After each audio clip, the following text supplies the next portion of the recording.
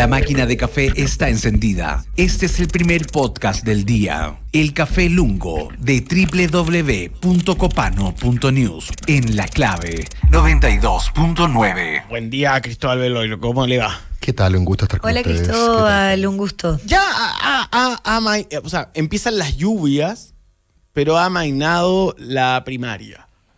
Primaria que va proyectando escenario de optimismo para algunos, pero que tiene un factor interesante que es la división de la derecha, pero también este evento creo que es que el presidente Boric hable de Kast en el extranjero y que se vayan generando narrativas. Y también la aparición del Partido Nacional Libertario.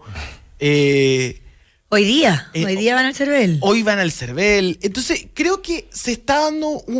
hemos hablado bastante de cómo el progresismo. Ayer estuvo Marco Enrique Ominami, que dijo que este gobierno es el fracaso de la izquierda más profundo de los últimos años. Lo debatimos, estuvo muy entretenido. Lo vi. ¿Y qué te pareció? Creo que es fácil ser general después de la batalla. A Marco Enrique Ominami no le tocó gobernar, digamos. De hecho, es como la jubilación más anticipada de la historia, ¿cierto? Cuando aparece Renovando la Política el año 2009, no pasaron ni 18 meses cuando los muchachos salieron a la calle y de alguna manera lo dejaron... Sin banderas. Offside, por lo bajo, sí. Qué interesante, porque Marco era la cara de la renovación de la política, de oxigenar elencos que venían más o menos estancados desde el plebiscito. Y yo creo que fue relativamente exitoso en generar una conciencia de que necesitábamos nuevos cuadros. En ese entonces, no te olvides que los nuevos cuadros eran Orrego, José Antonio Kast, Arbó, era esa generación. Porque era un poquito mayor a la de Marco, pero... Acordé de la publicidad, creo que decía, soy católico. ¿Y qué? Claro, creo en Dios y qué. Muy fuerte. Bueno, él hizo esa separación ayer de generaciones. ¿Cómo? Hizo esa separación de generaciones. Dice que, la no, dejó muy marcada. dice que no tiene teléfono con nadie de los que lo rodeaban. Sí, bueno. Todos le dieron la espalda. No, y se puso en una actitud 3 contra 1. Sí, dijo que nosotros... Ustedes frente amplistas contra mí. Ustedes los amigos de Boric. La leyenda Sería bueno igual. La leyenda cuenta de que la cosa puede leerse de otra manera también. Como que él trató en un momento de utilizar a los dirigentes estudiantiles que en ese minuto estaban muy hot, ¿cierto? Eran trending topics. O sea, Giorgio no era esta especie como de Girardi la que se transformó, sino que era el yerno de Chile, acuérdense. O sea, originalmente el primer Giorgio era... Era bomba. Era muy bien El Giorgio Rubio. Claro, exacto. No le resultó. Cuenta la leyenda que una vez citaron una conferencia de prensa, o sea, una conversación entre todos ellos, y a la salida estaba toda la prensa y la idea es que fuera piola, así que no se respetaron ciertos compromisos. Y yo creo en todo caso que la generación de Boric y compañía estaba muy suspicaces, con mucha sospecha de mezclarse con los políticos tradicionales. Pero bueno, eso tendrán que los biógrafos del Frente Amplio y tendrán que contar esa historia, pero yo creo que es muy fácil decir que este ha sido un gobierno fracasado sin tener en cuenta lo que pasó en el plebiscito constitucional del 2022. O sea, ahí naufragó todo un proyecto, creo yo, de izquierda, que era con el que originalmente venía este gobierno, y una vez que te quedaste sin ese proyecto había que gobernar, había que seguir navegando y llegar a puerto. Así que yo creo que es lo que está haciendo el gobierno. En ese camino estamos viendo también que la derecha está viviendo su propio proceso. Se habla mucho del proceso por izquierda, pero la derecha está viviendo una descomposición, una impugnación interna que también está inspirada por este momentum internacional donde se revaloran esa idea a propósito de las incertidumbres, que son proyectos más simples pero que le pueden hacer sentido a las personas. Y ahí yo coincido con Marco Enrique ayer, que puso ese tema en la mesa, la llegada de los Milei, etc. Sí. Y ahí aparece la figura de Kast, sí, que además el mismo presidente Boric hace referencia. Entonces, y que siguen como... es muy Baby Reno lo de Kast. Sí. Me parece que lo baby renea al presidente demasiado continuadamente. Hace la gran Miago Astral, digamos. Le manda, en vez de tú y manda correo. He tratado de ponerme al día con eso, ha sido difícil, pero... No, ¿te lo explico? No, por favor, no. Tengo ya demasiada basura en la cabeza como para seguir metiendo más. Pero lo entiendes. Sí, algo. Yo creo que, cuidado, hay que tener cuidado con antagonizar a Kast. porque eso solo beneficia a Kast. El negocio de José Antonio Kast hoy día para poder recuperar terreno perdido frente a Evelyn Matei, que pareciera ser la candidata más bien aspectada del sector y en Chile en general, el negocio de Boric es ser el negocio de Kast es ser el antagonista del presidente Boric para así cosechar el antigabrielismo, como diría un diputado de la plaza, ¿cierto? Malo el nombre, ser antigabrielismo es malísimo. Pero el punto de Kast es, si Boric es el malo, ¿cierto? Si tiene un 70% de desaprobación, ¿cierto? Yo quiero ser el que vehiculice, el que canalice ese antiborichismo y no Matei. Es decir, que Matei quede como algo así media tinta, y yo sea realmente la opción de quienes quieren decir a través del voto en la próxima elección, no me gustó Boric.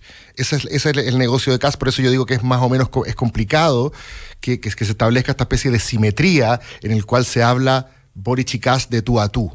Creo que Matei de alguna manera se encuentra en una situación media jamón del sándwich ahí, pero es lo que puede beneficiarla en torno a si el país quiere tomar vías más tibias. También el problema con Matei es que muchas veces ha cambiado su discurso a tal punto que el mismo progresismo que podría darle un voto en una situación extrema no confía. Correcto. No, ella está en una situación complicada, es la mejor aspectada, pero está en una situación complicada. Solamente yo digo que a veces las posiciones más tibias en debates polarizados no se ven. Te pongo un ejemplo. Invisibilizado. Claro, te pongo un ejemplo. El año 2021, cuando Sichel recién había asumido la candidatura presidencial del sector, todavía no le conocíamos, estas bombas que después lo derribaron, ¿cierto? Y pasó lo de Colchane, creo. Y Kast se movió al norte, ¿cierto? Y el tema en ese entonces era inmigración. La pregunta relevante a contestar era, ¿quieres que entre más gente, sí o no? Y respecto de esa pregunta, Kast tenía una respuesta clarísima. ¿Te gusta o no te gusta? Tenía una respuesta clarísima. No.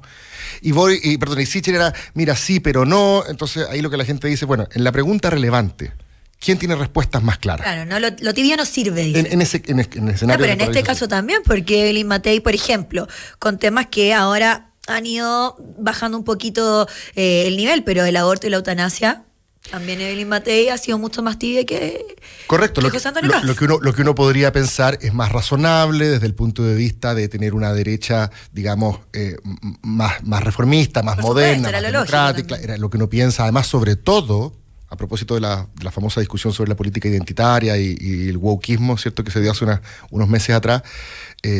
Yo no le recomendaría a la izquierda abandonar la política identitaria cuando se trata de mujeres, porque hoy día género pareciera hacer el gran clivaje, no solo en Chile, en Argentina, en Estados Unidos, en Inglaterra, en Alemania, en Corea del Sur. Está pasando algo muy interesante, que es que hombres jóvenes votan por la derecha y mujeres jóvenes votan por la izquierda. Lo que cambia un poco lo que venía pasando, que es que generalmente las mujeres buscaban las opciones más conservadoras, sí, las que garantizaban mayor estabilidad, y los hombres eran los más atrevidos, ¿cierto? Tenían el derecho de ser más osados porque total ellos no estaban cuidando la casa. Y hoy día lo que está ocurriendo es que muchas veces las mujeres sienten que las agendas de derechas pueden ser un retroceso para sus derechos. Claro, vuelven a la cocina. Y está esa particularidad en esta candidata mujer. Claro, entonces Evelyn Matei de alguna manera evita que la derecha tenga tanto techo como si lo tiene José Antonio Kast en el voto de las mujeres. No nos olvidemos que en la elección Boric-Kast del 2021, en la segunda vuelta, 7 de cada 10 mujeres menores de 30 años votaron por Boric, o contra Kast, como lo quieras ver. Y en el último plebiscito, en el 17D, porque todo tiene nombre de terremoto, en el 17D... Eso es muy español. Sí, en España usan esas nomenclaturas. En el 17D, en el último plebiscito que rechazó la Constitución, que lideró la derecha, un 52% de los hombres votaron en contra, y un 59% de las mujeres votaron en contra.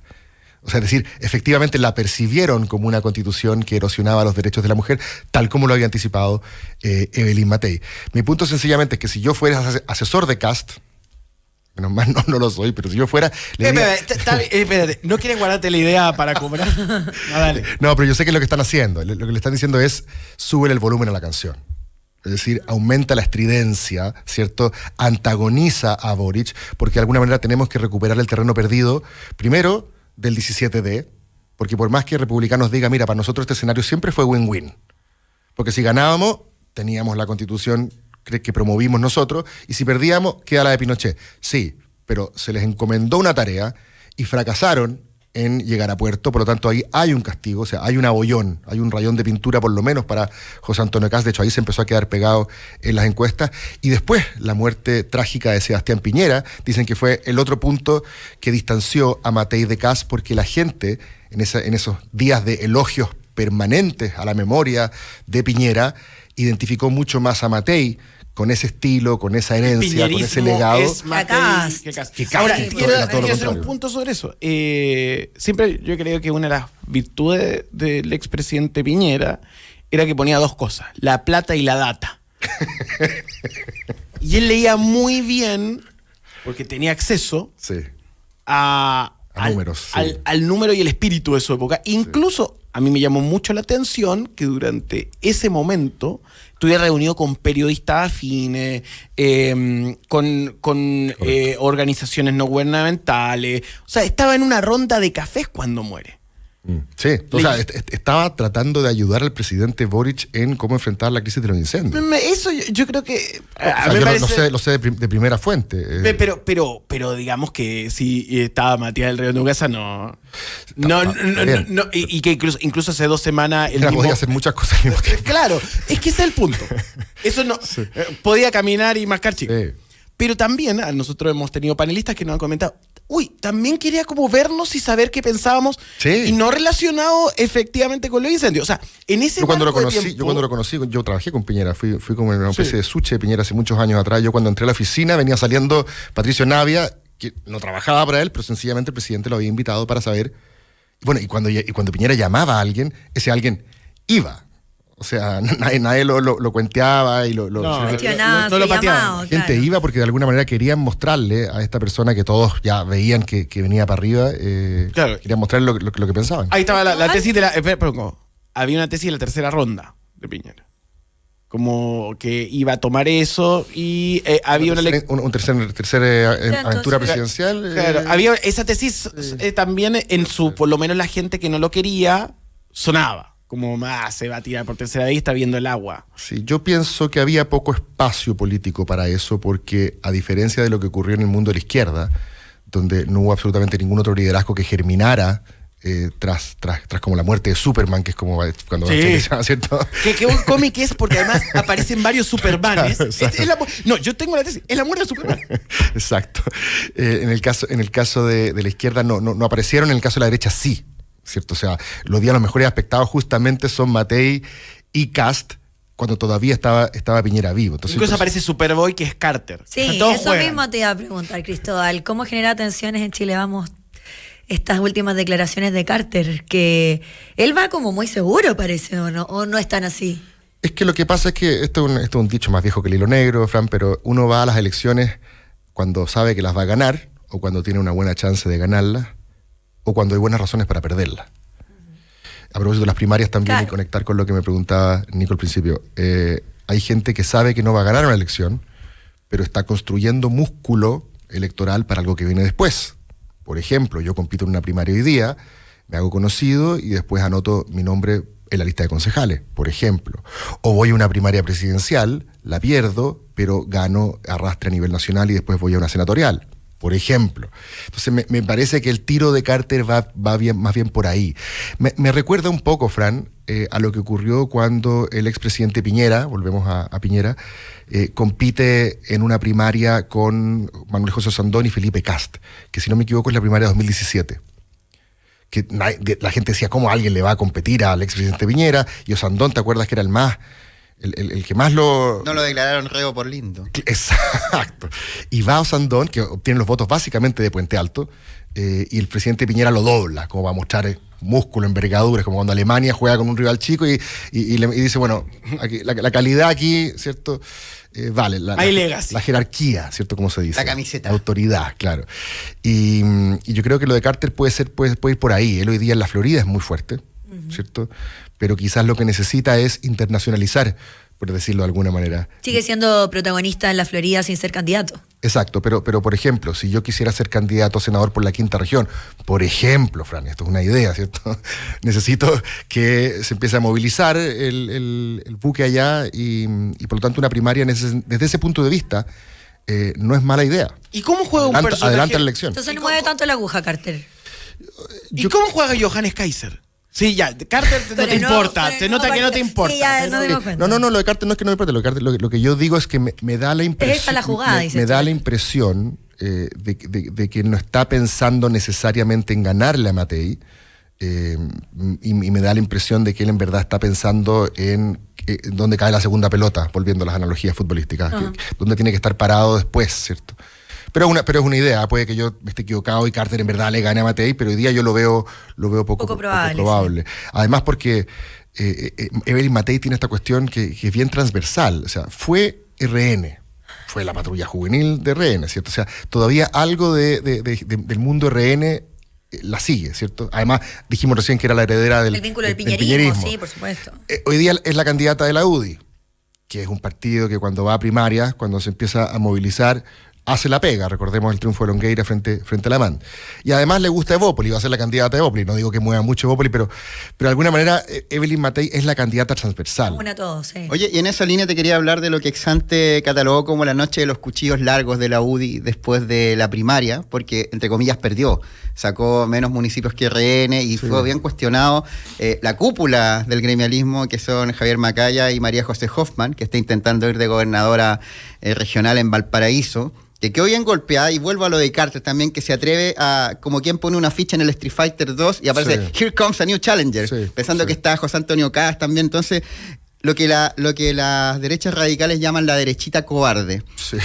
Parece que desde bueno, Carter va a tratar de hacer el papel de Cast dentro de la primaria. Es que eso, le salen muchos competidores por las derechas más derechas. Claro, a Cast no le conviene la primaria por una razón obvia, para que no le pase lo mismo que Jaude frente a Boric. Es decir, si José Antonio Cast va a una primaria, la gente va a ir a votar contra Cast esa primaria. O sea, José Antonio Cast tiene que ir a la primera vuelta sí o sí. Pero Carter, en cambio, dice, ¿dónde hay un espacio para un discurso duro como el de José Antonio Cast dentro de la primaria?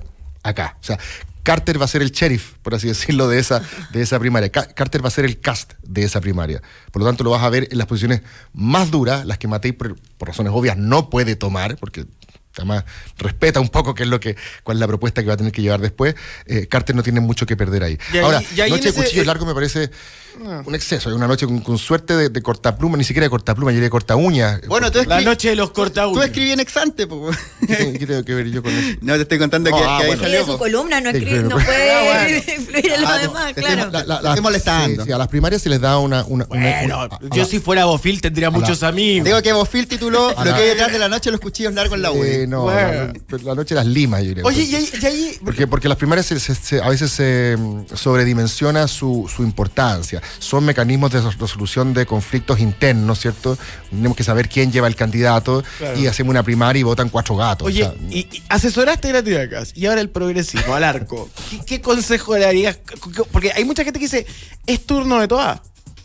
Más que turno, yo volvería a lo que hablábamos recién con la Fran. Si no vas a ganar, busca una buena razón para perder. Lo que ha hecho la derecha lo que ha hecho la izquierda las 2 veces que ha perdido con Piñera ha sido exponer a candidatos que de alguna manera no es tan grave perder con ellos. Nadie lloró a Guillé, digamos. Y al día siguiente Guillé no marcaba un punto. Yo empezaría a pensar en cómo construyo un liderazgo que para la siguiente, ¿cierto?, pueda pararse con de nuevo Boric, porque hay Boric para rato, estaremos de acuerdo, ¿cierto? Como dicen algunos, el mejor Boric está por venir, ¿cierto? Como un lema un buen lema de campaña. O sea, Boric Prime todavía no ha sucedido. Pero ahí sí borichismo. Y Six-Pack Bodanovich, y después, o sea, hay otros. Y Camila Vallejo. O sea, la pregunta para Toac que yo me haría si fuera de su círculo es, bueno, si yo hoy día desaparezco del mapa, ¿cierto? Si yo hoy día no presento mi desafío electoral, después sencillamente quizás también desaparezco del mapa, ¿cierto? Yo creo que sería importante para la centroizquierda, ya que no está Bachelet siempre para resolver todos los problemas, es empezar a invertir en liderazgos futuros, aunque la primera opción, es cierto, lo dicen todos los números, la tengo hoy día a la derecha, yo empezaría a pensar, si no es posible ganar, en construir músculo para lo que viene. Estamos en vivo agradecidos de la presencia de Cristóbal Belolio esta mañana, que nos ha facilitado su estilo y look de meme. Pero de buen meme. Barba de buen meme. Muchas gracias, muchachos. Gracias, Cristóbal. Muy buen análisis.